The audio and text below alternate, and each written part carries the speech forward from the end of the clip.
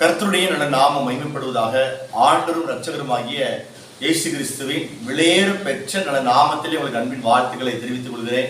இந்த நல்ல நாளில் கூட ஆண்டவர் உங்களோட கூட பேசுவாராக, உங்களுக்கு வேண்டிய வார்த்தைகளை அவர் கொடுப்பாராக. நான் உங்களுக்காக ஒரு வசனத்தை வாசிக்கிறேன். ஓசியாவின் புஸ்தகம் 12ஆம் அதிகாரம் 12ஆம் வசனம். யாக்கோபு சிறிய தேசத்துக்கு ஓடி போய் இஸ்ரவேல் ஒரு பெண்ணுக்காக ஊழியம் செய்து ஒரு பெண்ணுக்காக ஆடு மேய்த்தான். இந்த நல்ல நாளில் கூட ஒரு மேய்ப்பனின் குணதிசயத்தை நாம் தியானிக்க போகிறோம். ஒரு மேய்ப்பன் ஒரு நல்ல ஊழியக்காரனாக அவன் இருப்பான். இந்த யாக்கோபு தன் தகப்பனாகிய ஈசாக்கை ஏமாற்றி ஆசீர்வாதங்களை அவன் பெற்றுக்கொண்டான். ஏசாவை ஏமாற்றி சேஷ்டபுத்திர பாகத்தையும் அவன் பெற்றுக்கொண்டான். பின்பு அவன் உயிருக்கு பயந்து அவன் பதான் அராமுக்கு ஓடினான்.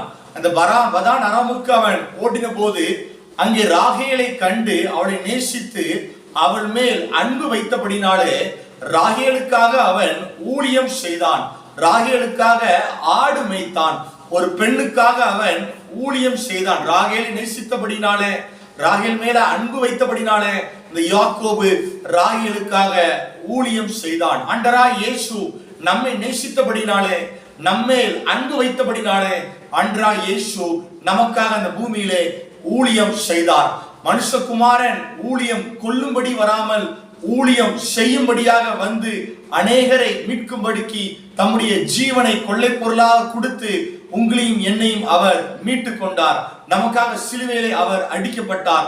நமக்காக ஜீவனை கொடுத்து நம் மீது அன்பு கூர்ந்து நம்மை மீட்கும் பொருளாக ஆண்டவராய் இயேசு இந்த பூமியிலே ஊழியம் செய்தார்.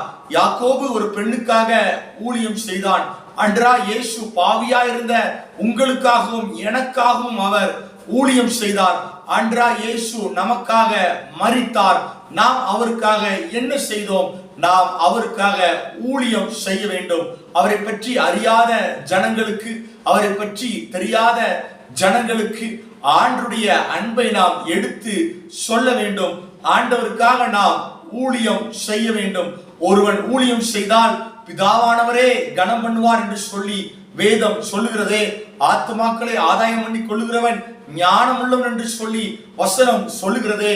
நாம் அவருக்காக ஊழியம் செய்ய வேண்டும். ஆண்டு தாமே உங்களை ஆசீர்வதிப்பாராக.